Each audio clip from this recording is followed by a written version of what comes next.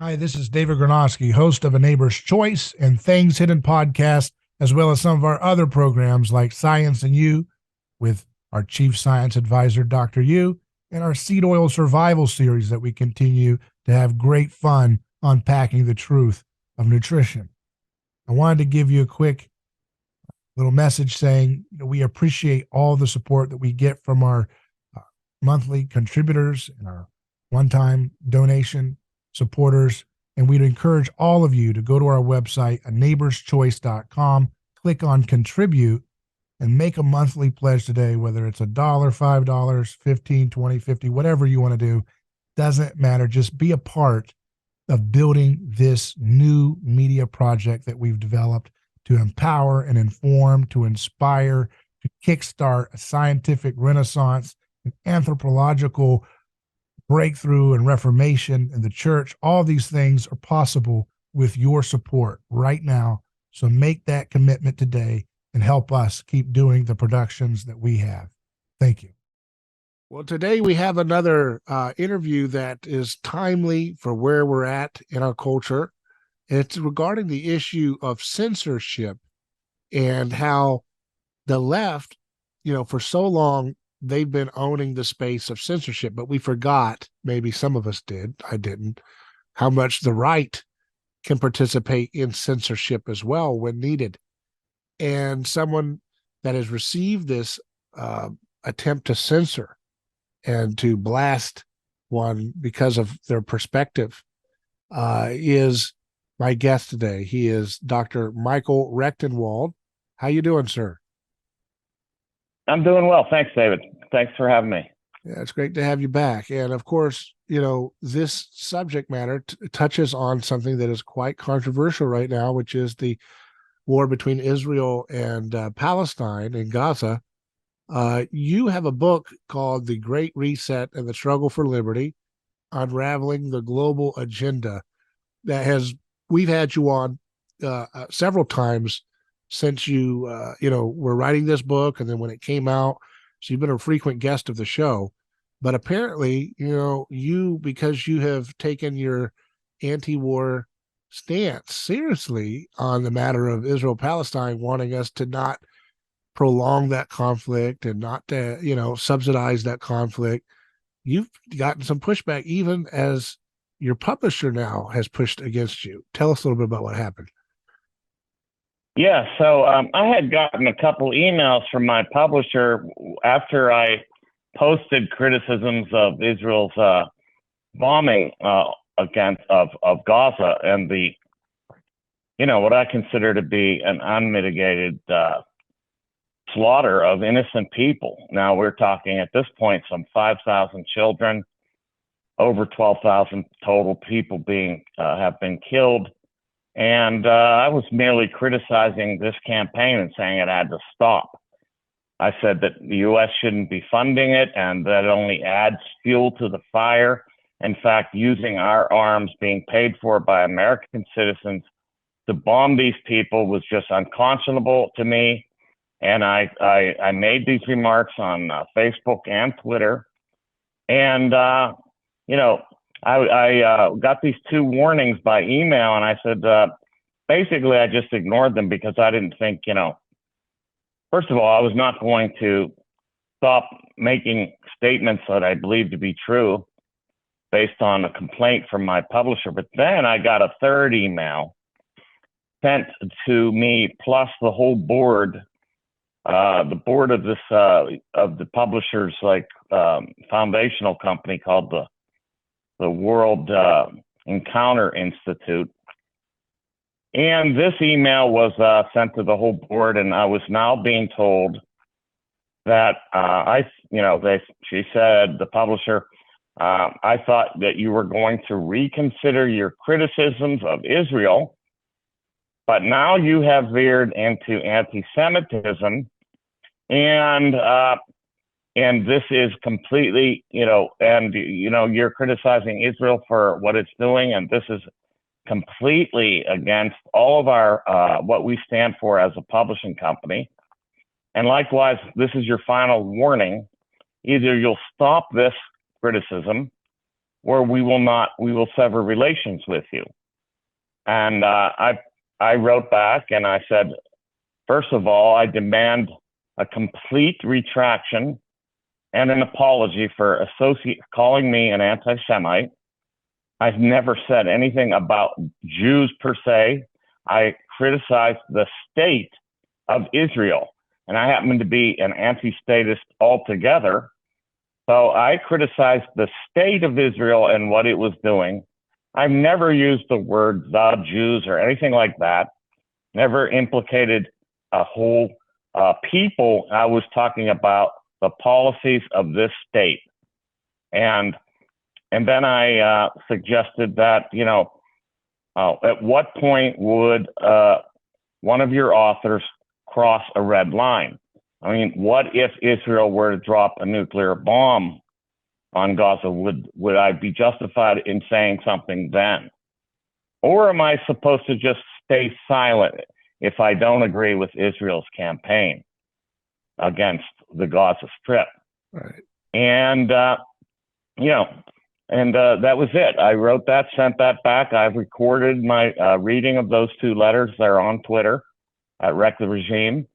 I then got notice that, in fact, they severed relations and put up a page on their website saying they regret to sever relations with me over my politics, but that's the way it is. So that relationship's over. Apparently, I have not, as an author for that, as one of their authors, I was not allowed to have free speech on a different platform having nothing to do with my books.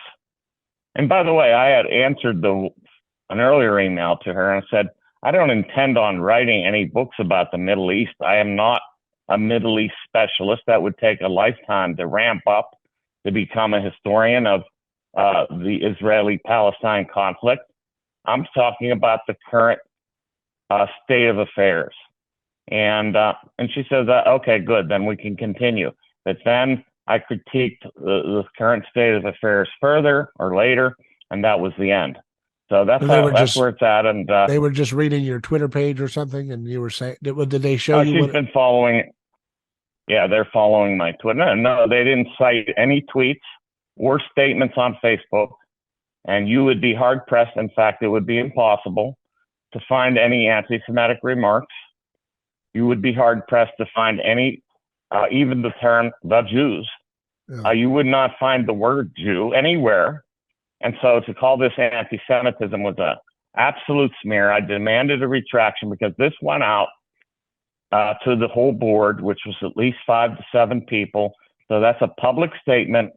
I said that was an attempt to destroy my reputation by using that word in connection with me. That's a kiss of death, and it's absolutely unfounded and untrue. But I got no apology. I just got the severance notice. In other words, she sent me a link to the page saying that they were cutting all ties with me. And then in your earlier statements you made about this, your book is their bestseller too. So they don't like what you said here. That's their best-selling my book has been the publisher told me on one occasion, face to face, that she was ready to close up shop entirely until my first book, Springtime for Snowflakes, came out, which saved the company from total dissolution.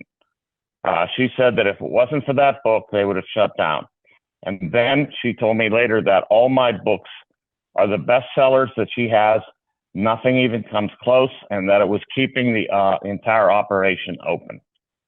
So that's where we stand. I mean, that tells you, that should tell everyone that the fact is compliance on this issue is more important to this publisher than viability for the company itself.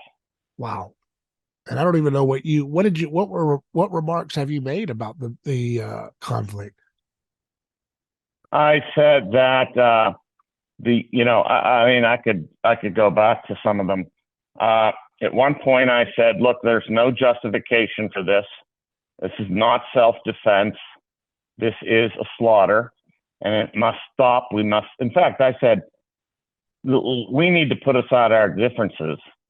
even over, I don't care what lens you're looking through, whether Christian, Jewish, Muslim, secular, what have you. We can all see what's happening on the ground. We can all see the facts for what they are. And this, whatever your lens is, I'm not asking you to change your lens. I'm merely asking you to see clearly through it and to see what are facts on the ground, and look at and what we see is 10 children dying every, a child in Gaza dying every 10 minutes.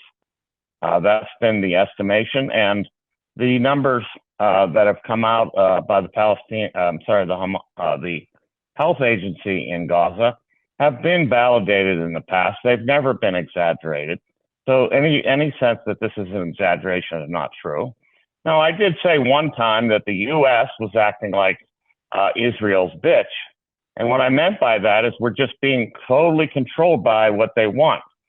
Sending, we send $3.8 billion a year in military aid, which they use to buy arms from the United States, but also this $14 billion that's supposed to be sent now to help Israel defend itself against Gaza, helpless, captive people. And I said this was an outrage. And I said that, whatever Israel seems to demand from our government, they get. So that was the most incendiary thing I said. I still think that is valid, and it has nothing to do with anti-Semitism. So the charge that they used to try to cancel me, not to try, they canceled me, was false. And it's just that it comes down to is any criticism of Israel, no matter what it does, is not to be sanctioned.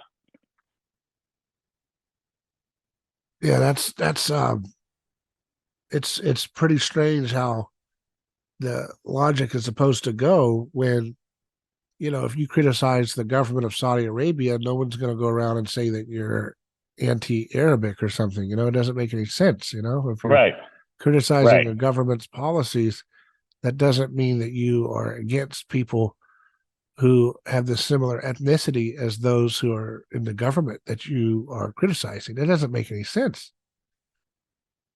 And yeah, it doesn't. And let me add another little wrinkle. I challenged Christians who were cheering this on in the name of their, in the name of their Christianity and under the rubric of their own eschatology, who think that this campaign is about bringing the second coming to fruition.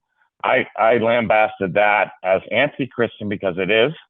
I don't see anything in the Gospels where Christ says, "Blessed are the bomb droppers." Yeah. I see, "Blessed are the peacemakers." Now, Jesus did predict or prophesy, to be more proper, that there would be wars and rumors of wars, but that is not an advocacy of war. That is simply a prophecy that wars will happen. Nowhere is there in Christianity, from my reading of it, any kind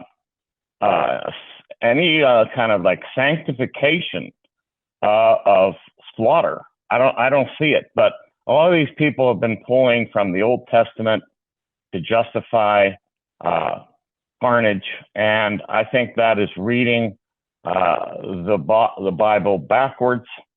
It is not reading the Bible through the lens of the Gospels. I think I read the Bible from the Gospels, and I understand the Old Testament through the New. I don't do it the other way around. And I also said that some of you might as well rip the New Testament out of your Bibles because you're not apparently reading it.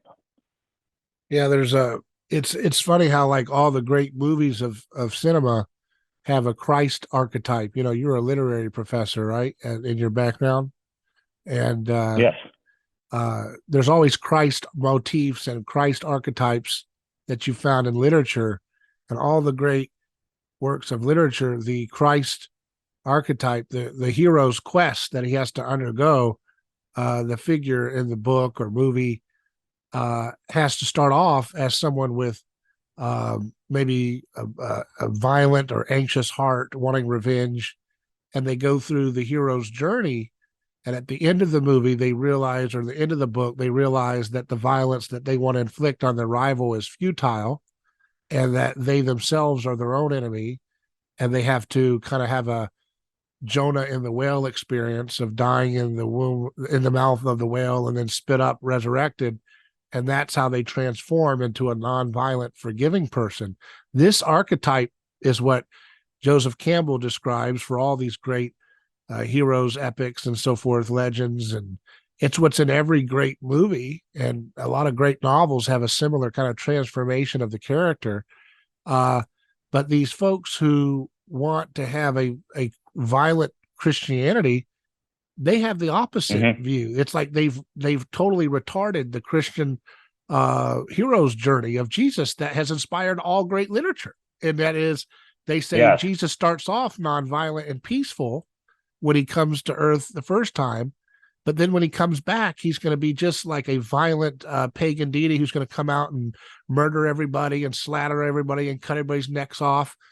And they get that because they don't know how to read the symbology of Revelation that the folks who it was written to at the time clearly understood, because they knew Old Testament archetypes and typology, but they don't understand it. So they go in there and they say that Jesus is going to be this violent, vengeful, wrathful person. And it's like, that's the first reverse Christ archetype I've ever heard of, where you start off forgiving and merciful and transcendent, and then you end up just another petty, violent savage.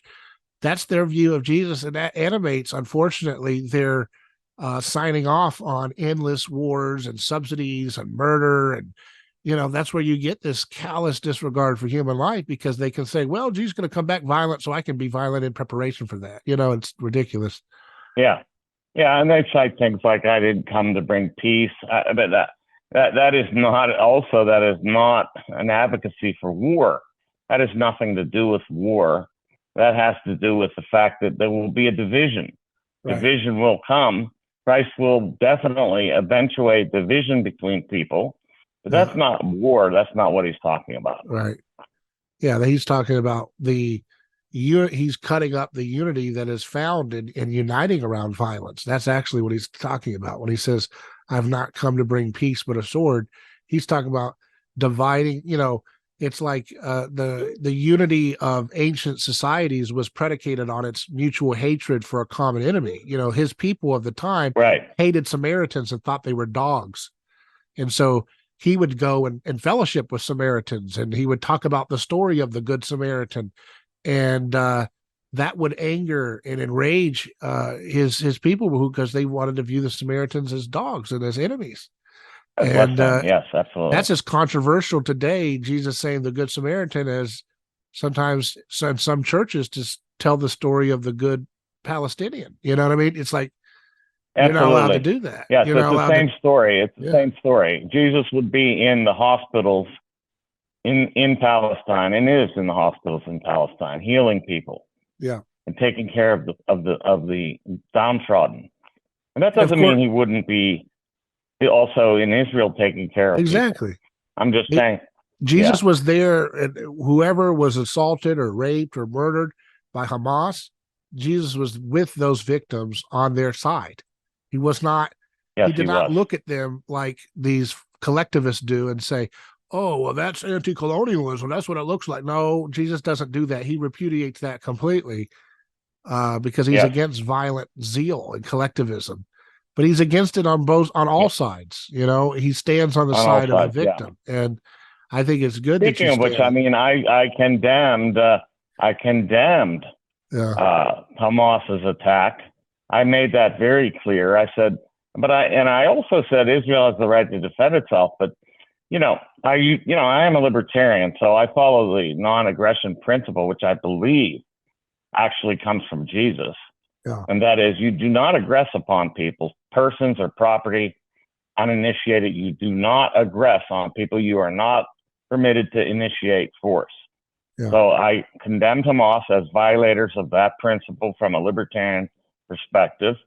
Yeah. And I said that Israel had a right to defend itself.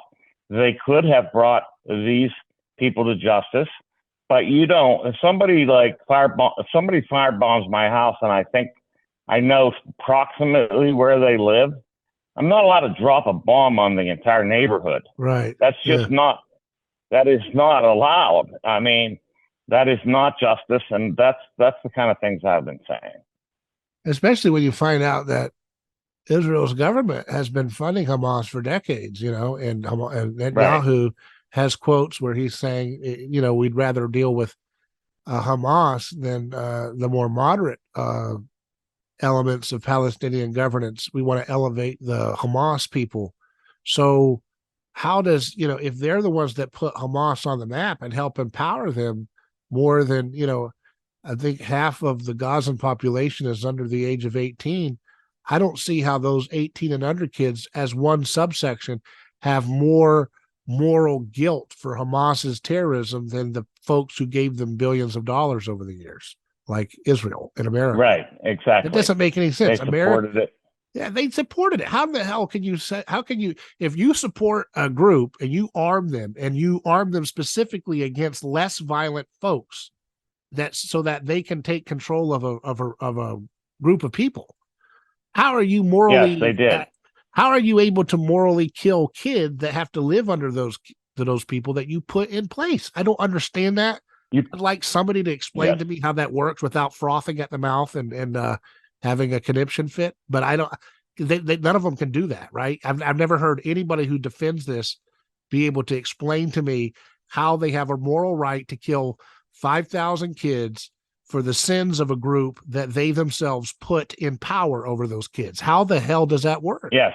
I don't understand that. And they made many statements to the effect that was a policy that they established to divide the West Bank from Gaza, and also to put up a non-reputable terrorist group in charge of Hamas so that they would not look like a rational, viable partner for negotiation of a two-state solution.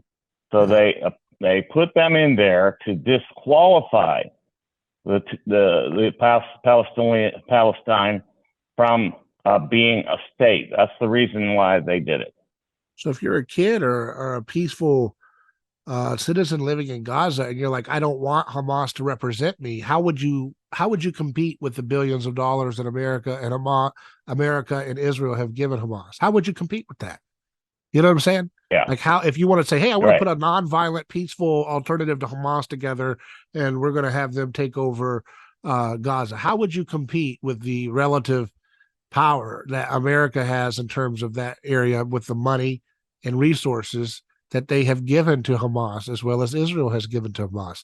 It doesn't make any sense how you can say somebody who does not have any real legitimate power to override the extremists put in by the West and Israel somehow is morally culpable and deserving of death because they live in the region run by a group that was put in by the West and Israel. It doesn't make any sense. I can't understand it. There's no moral sense. Well, there's no reason. There's no moral sense to it. And the other thing is, there's no moral sense in collectively punishing a people, even if they did elect their government. Yeah. By their reasoning, everybody in the United States deserved to be bombed based on what the U.S. government did in Iraq or in Syria or in Libya or wherever they have dropped bombs. And that doesn't follow. People are not responsible for what their government does, and it's very questionable as whether Hamas was actually the government of Gaza. It's not really the government because Israel really has had total control over that region, as you know, even up to the point of whether they get food, electricity, water, and so forth, as we saw when they cut all these things off once this onslaught began.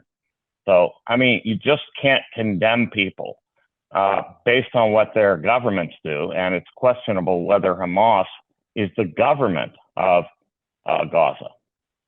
Yeah, and it's even if they, like you said, even if they have majority support there, you don't have a right to kill civilians as punishment for their action. And it's the same collateral.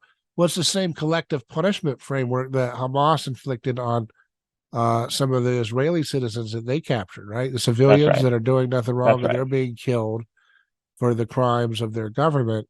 So if we're Christians, we stand against all crimes of governments, we stand against all terrorist Right. groups, and we stand in solidarity Yep. with every nonviolent citizen who wants to live their life in peace and does not deserve to be murdered and mutilated.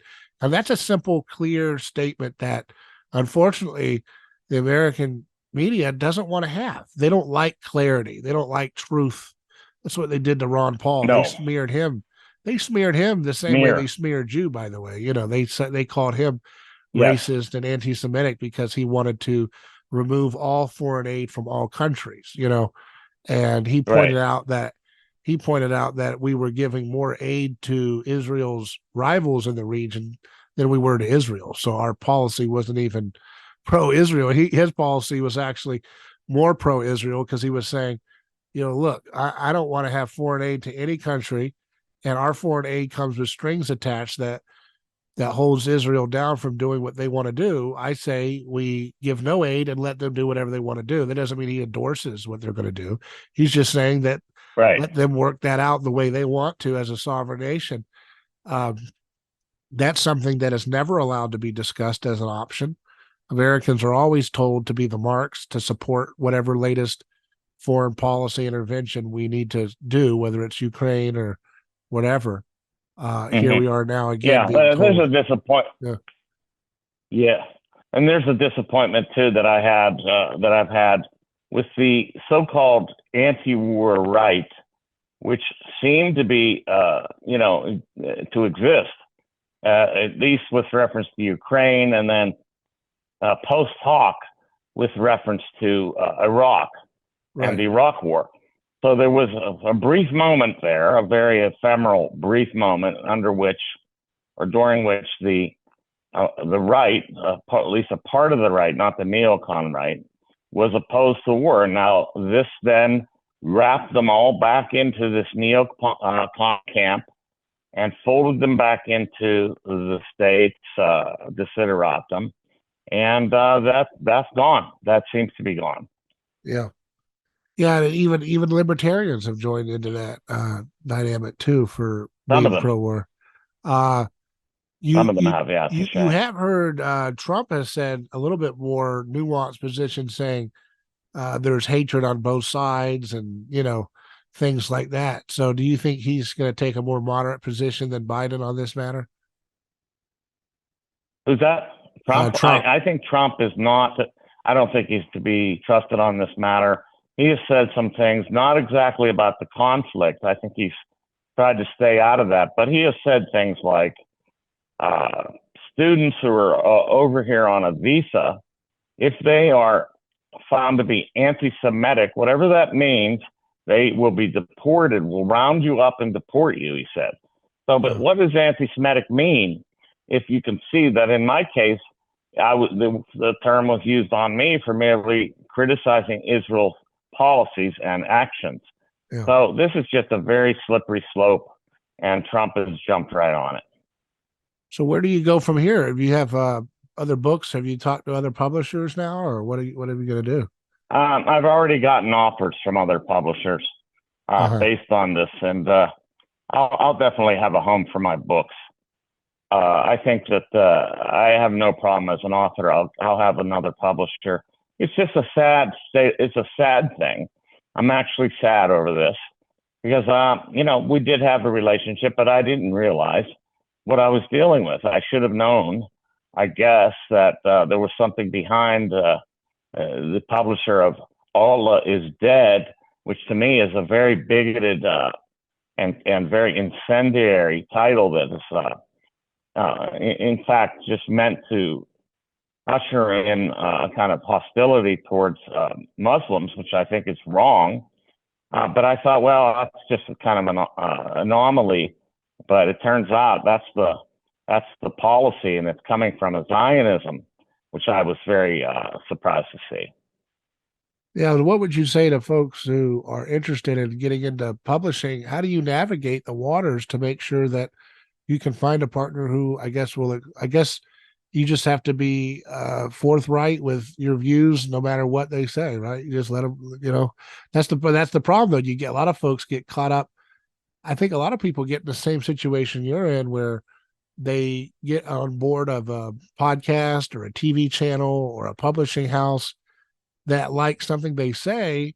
And then once they get there, they realize, oh, yeah, but we don't like other things that you might want to say down the road. And if you Yeah. want to have a life and make money or whatever, then you're going to have to shut your mouth on other views you have.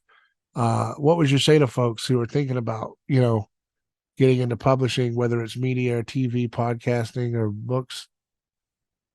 Well, I'd say be very scrupulous and very thorough in your investigation of who you're dealing with. And this is not just me. This is actually going on all over the place. For example, Candace Owens, who has also been critical of this Israeli policy and actions, he just got canceled by David Horowitz's Freedom Foundation, which is very much a misnomer, apparently, because of her views. So this is going on all over the place. I would say, look, until you get a platform, it's very hard to get anywhere as a self-published author. But eventually, if you are like me from now on, I really should publish myself. There's no real reason that I should give up any royalties to a publisher, because I already have a platform, and I have a name, and I've gotten books out there, and so from here on, I'll probably go self-published. Yeah. Well, what does a publisher actually do in this day and age when you have a following like you? Like, what do they actually do that you can't do on your own? Do they distribute it? Do they have relationships with like book chains that you would have a harder time getting or something, or what? They have relations with distributors and printers. Yeah. And then sometimes they pay for publicity. But sometimes that publicity is you could do it yourself. Yeah. Especially if you have a name, you can do it yourself. So they don't do that much. Actually, I stuck with the publisher out of loyalty, to be honest. I had other authors in the interim between all of my books. I had other publishers come to me and say, "Look, we'd like to pick you up," and I stuck with this publisher out of loyalty, because she had taken my earliest book, not my earliest book per se, but my earliest book when I became critical of the social justice left and all that, Springtime for Snowflakes, when I had been passed on by a few other publishers. So I thought I owed it to them to stick with them, and this is the thanks I got. So that's the way it goes. But I'm not a victim. This is just the truth of what's happened. Yeah. What do you have in store next for what you've got going on with projects? Well, I am going to write another memoir, and this one will be a memoir of my entire political transformation from all the way, going deep into my Marxist earlier days and through my development into a full-fledged anarcho-capitalist libertarian. And it will also talk about my Christian conversion, which happened at the same time. That reminds me. Go ahead. Yeah, I became a Christian almost. I had a Damascus moment. So all that came at the same time. It was like I was being besieged by the social justice left, the administration of NYU. My son got cancer, stage 4 cancer. My girlfriend left me over the SJW skirmish. And then I turned to God and asked for help. Wow. And that's when I converted to Christianity. And when was this? I got an answer. This was back in 2018. Wow. On my birthday, my son was diagnosed with stage 4 cancer. Was like the last straw for me. Wow. And that's when I turned to the heavens, frankly. Wow. Oh, man, that's amazing. Yeah, I saw a clip from you earlier. When was that you went on Tucker Carlson originally and you guys were fussing at each other? Oh, that's way back when I was a leftist. Yeah. I was on with Tucker, I've been on with Tucker 4 times, going all the way back to when I was a leftist. and he was on MSNBC, Yeah. I think it was, and he was. We had I forget what the circumstances were, but yeah, I went at him. Yeah, I was very. I wouldn't be proud of what I was doing then. I'm not. Yeah. So that's just where I was. But yeah. Well, but I'm just saying it shows your transformation, that you really were, uh, you really were transformed in your worldview. Yes, absolutely. Like thoroughly. It was Yeah. a complete shift of a Have you and paradigm. Tucker ever talked and The whole laughed world. about, did you ever talk since you've changed and, like, hey, that was. Yeah, well, I was on his show, and I don't know that he remembered the earlier thing. Wow. But I was on his show twice since then, and I don't think he connected the two things up. Wow, he didn't even probably. But, so you're saying he didn't even probably remember you, huh? Wow. He probably didn't remember that. Yeah, Wow. He didn't put. I don't think he put the two and two together. But that was funny because I think that particular episode didn't help him either. Yeah. I think he got thrown off that network soon after that. Yeah. So that was a mutual destruction on that one. Yeah, mutual self-destruction. Yeah. Well, I appreciate your time, and I'm glad that you're telling the truth about war, and that doesn't make you a hateful person if you're against war. I don't care what people say. That's what it means to be not ashamed of the gospel, by the way, is that you're willing to stand on the side of victims no matter what. And Jesus predicted that you would be persecuted if you stand in the same space that he did, which was, again, on the side of scapegoats, on the side of the misfit, on the side of the meek, and those who are not able to fight back, like children or whatever, in a war zone. When you stand on their side, you're standing in the side that Jesus commanded his followers to stand, and therefore he also predicted you may experience tremendous persecution. So, hopefully the free speech principles will hold on both left and right in America for the long term, but it's in shaky grounds right now for sure. Yeah, I think something is going to break through from all this, and that we're going to emerge from it, I think, as a freer people, but we are going through a real crisis. And I think the fact that it's now shown itself on both sides is going to prove to everybody that it's wrong, no matter who is doing it. Yeah. Let us hope that's the case. Well, I appreciate your time. And where can people follow you again for those who want to keep up with what you're doing? Yeah, Sarah, there's two websites now. It's my personal business website is michaelrectenwald.com. Then there is my campaign website, as I am running for president as a libertarian, and that is rectheregime.com, REC, theregime.com. You can go there and follow the campaign. Are you learning any lessons from Malai? Are you going to get a chainsaw out or something? I've had a little bit of Malai and rhetoric as well, but I am a different person. I am a different. I am myself. I'm not going to be an imitator, but I understand. Yeah.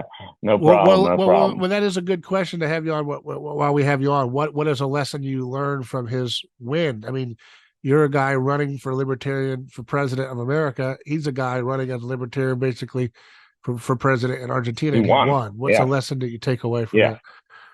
Well, I think there's hope for the libertarian message. I think that's really what it comes down to. Now, there's a lot of libertarians that are already very critical of Milei because of his actual support of Israel, unqualified support of Israel. So there's that.